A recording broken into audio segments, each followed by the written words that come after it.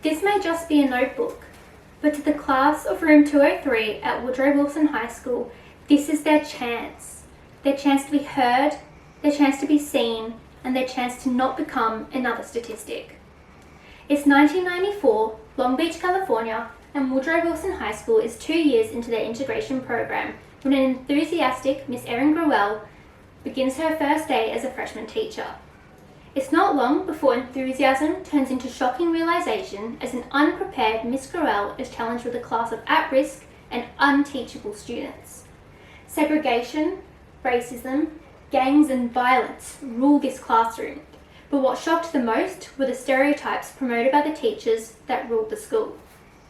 When trying to gather resources and books to teach her students, Miss Grewell was immediately met with rejection.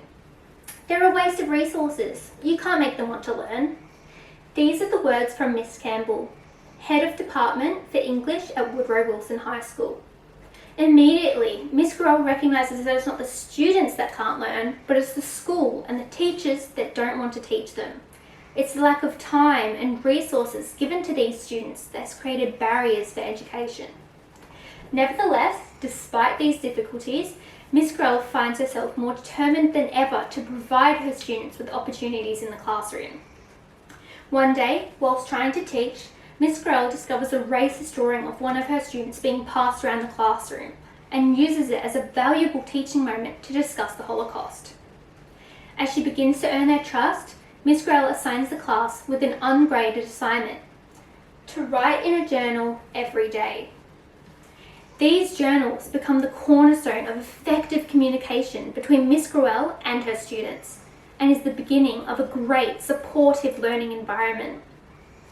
Experiences of abuse, violence, and low socioeconomic status are shared, and Miss Grewell is finally able to understand her students' lives outside of the classroom. As Miss Grewell begins to truly understand her students, she tries even harder to obtain the resources that she so desperately needs to teach. But she is met with even greater resistance. She settles for purchasing books with her own money and chooses a novel she knows her students can relate to, a story about a teenage gang member. Immediately, her students identify with this main character and his daily fight to survive.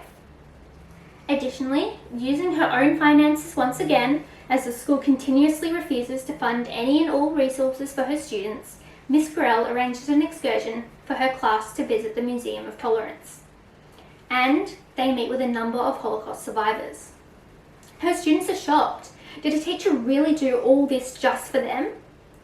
These students finally have a chance to not be another statistic, to not be another dead teenage gang member who didn't make it to graduation. A chance to live, hope, and achieve. Sophomore year begins and room 203 is reunited once again. This year, they continue to unpack the Holocaust by reading the diary of Anne Frank. Their enthusiasm explodes and the students rush to fundraise for a chance to meet with the woman who sheltered Anne Frank from the German soldiers. And they succeed. They are rewarded for their efforts in the classroom, and they finally identify how valuable an education can be. Not only this, but they are inspired by Anne Frank to come together and write their own book. Using their own diary entries and the journals given to them by Miss Grewell, they do just that. This is the Freedom Writer's Diary. These students overcame segregation, racism, gangs, violence, and stereotypes, and they made it to graduation. Some of them were even inspired to become the next great generation of teachers, all because of Miss Grewell. In analysis of this story, a significant communication concept which Miss Grewell implements into her classroom is that of a supportive learning environment. As opposed to a defensive learning environment, a supportive environment includes promoting description, spontaneity, problem orientation, equality, empathy, and provisionalism. This is shown through Miss Grewell's non-judgmental, honest, and respectful attitude towards her students. Additionally, in regard to the Australian Professional Standards for Teachers, Focus Area 3.4, Select and Use Resources, can be identified. Miss Grewell demonstrates this by going out of her way to find and select resources that she knows will engage her students in their learning. One example of this is when Miss Gorrell chooses a story about a teenage gang member to which all her students can identify with this main character and his daily struggles. Additionally, the Code of Ethics for Teachers identifies how important it is that teachers demonstrate high levels and high standards of justice and care for their students.